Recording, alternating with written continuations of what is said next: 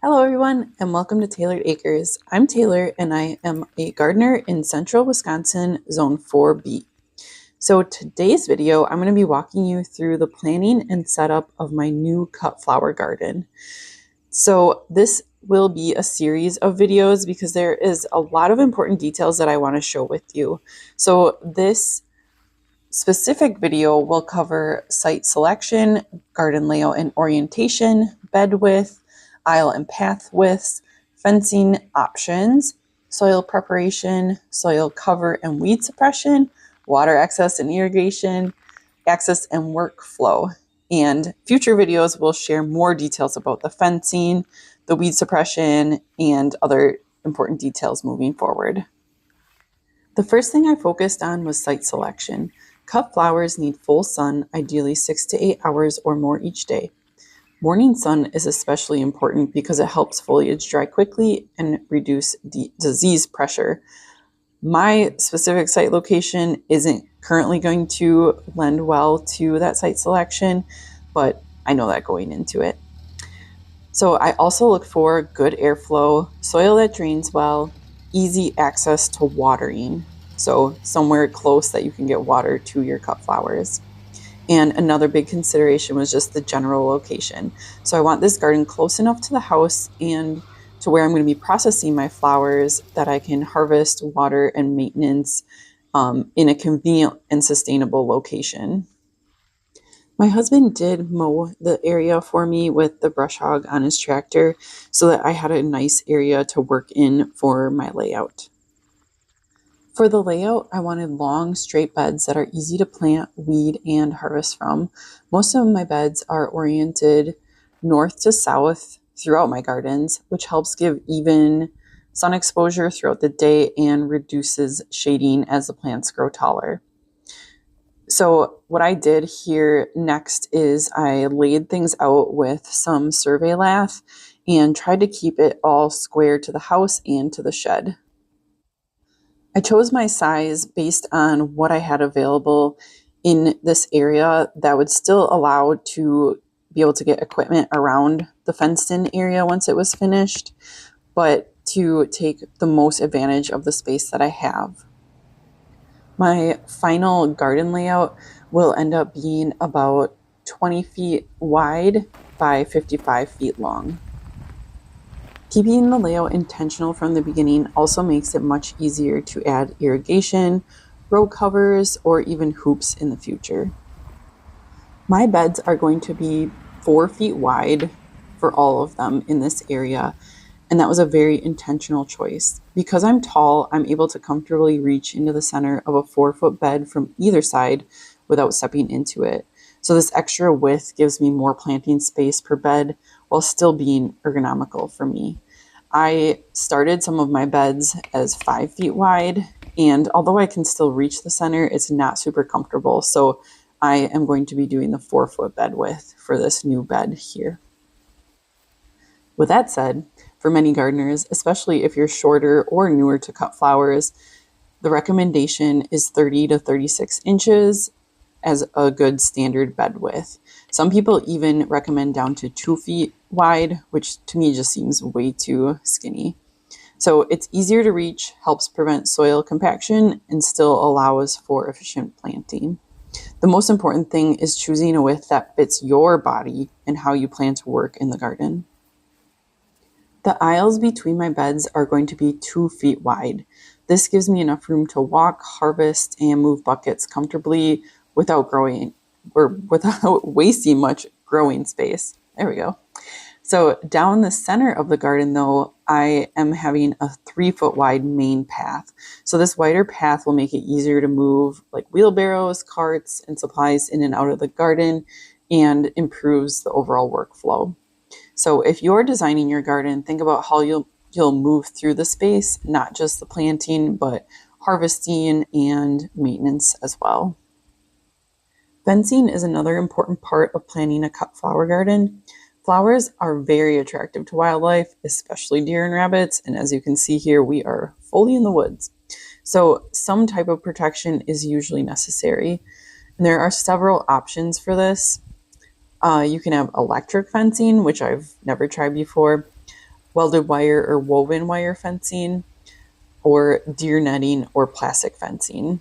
So all of my fences that I have so far have a bunny wire fence on the bottom and then plastic deer fencing on the top. So you need that wire because the bunnies will chew straight through the plastic. Ask me how I know. So when choosing fence, consider the wildlife pressure in your area or even keeping your dogs out and how permanent you want that garden to be and how easily it will be to access the beds for harvesting and maintenance. And like I said before, I'm going to do a totally separate video on how we are setting up the fencing here because my husband has it pretty much perfected at this point. Now let's talk about the most important thing that you can do for your cut flower garden, and that is soil preparation. It is a huge focus for me, especially because I'm working with very sandy soils as my natural soils where we live. So to build organic matter, improve water and nutrient retention, I brought in composted manure from a local farmer, and I'm going to add about 4 inches on top of my beds and kind of mix them in with the broad fork. Even though that manure was composted, that's what that brown pile is that you can see at some points in this video. And I continue to let it compost all year, and I'm not going to be planting in it until next year because compost can still be very hot. Just be very careful with that. This organic matter will help improve the soil structure, increase microbial activity, and support healthier, more productive plants over time. I will also be getting a soil test next spring to see if I need anything else to add into here to have success. So I've used the UW Soil and Forage Lab in the past. Their soil tests are only about $15, and they provide a full printout with exactly what your soil needs are based on what you are going to be growing, which takes a lot of the guesswork out of fertilizing and soil amendments. So if you've never done a soil test before, it is literally the best investment you can make in your garden. After I got my layout established, I put down black plastic that I later cut up for the aisles and pathways to smother out the weeds.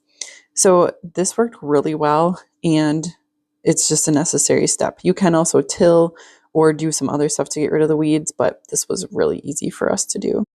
In addition to my aisles, I also decided to put a 2-foot border all the way around the garden, and the fence will be outside of that. So that will help with a little bit more access and also weed suppression around the border of the fence.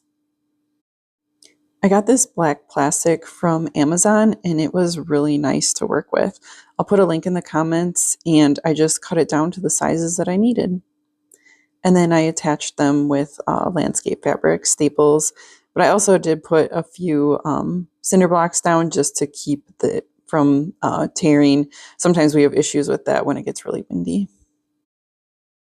One thing I am very intentional about in this garden space is keeping the soil covered for weed suppression. For most of the beds, I'm going to be using landscape fabric with holes burned in at 9-inch on center spacing. This spacing works well for almost all common cut flowers and allows for good airflow while maximizing the production. So landscape fabric helps to suppress the weeds, retain the soil moisture, keep the beds looking nice and clean and organized, reduce the amount of hand weeding needed during the season. For some beds where I need closer plant spacing, I'll be using grass clippings instead of the fabric. I've done this very successfully. You just need to put it on nice and thick. And all of our grass clippings are organic because we don't put any herbicides, pesticides, or fertilizer on our lawn. So that makes them nice and safe and efficient mulch option for weed suppression and moisture retention. So no matter which method you use, keeping the soil covered is one of your biggest time savers in a cut flower garden. So make sure that you have a good plan for it. This clip is after I added the compost on top. I'm using the broad fork to loosen the soil underneath and slightly mix the compost into the underlying sandy soils that we have.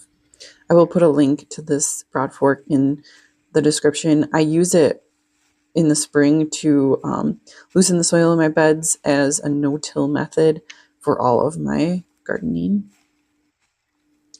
For water access and irrigation, having easy access to water is absolutely critical, especially during your plant establishment. Some are drought tolerant, but most cut flowers need a lot of water a week, usually like an inch a week. So the garden location being close to a water source is absolutely critical. And I've laid out everything with future drip irrigation in mind. Most of my gardens have drip irrigation already, and drip systems are ideal for cut flowers because they save time because you can have automatic systems, conserve water, and they keep the foliage dry. I do have a separate video on how I set up my drip irrigation that I will try to link in the description.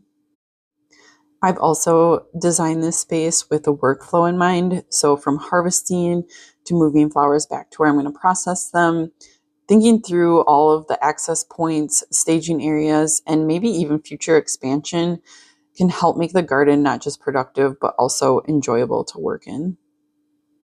This is just about what my garden looks like going into fall. It's in a great space. We need to finish the fencing though. And I also did plant most of it with a winter rye cover crop to help continue to build the soil. So that is it for this video. I hope that you learned some things and can design your flower garden to be efficient, flexible, and easy to maintain as it grows and evolves over time. If you're planning your own cut flower space, taking the time to think through bed sizes, paths, fencing, soil preparation, and weed suppression upfront will save you a lot of work later on. Thanks so much for watching. I'll be sharing more as this garden comes together this spring. Take care.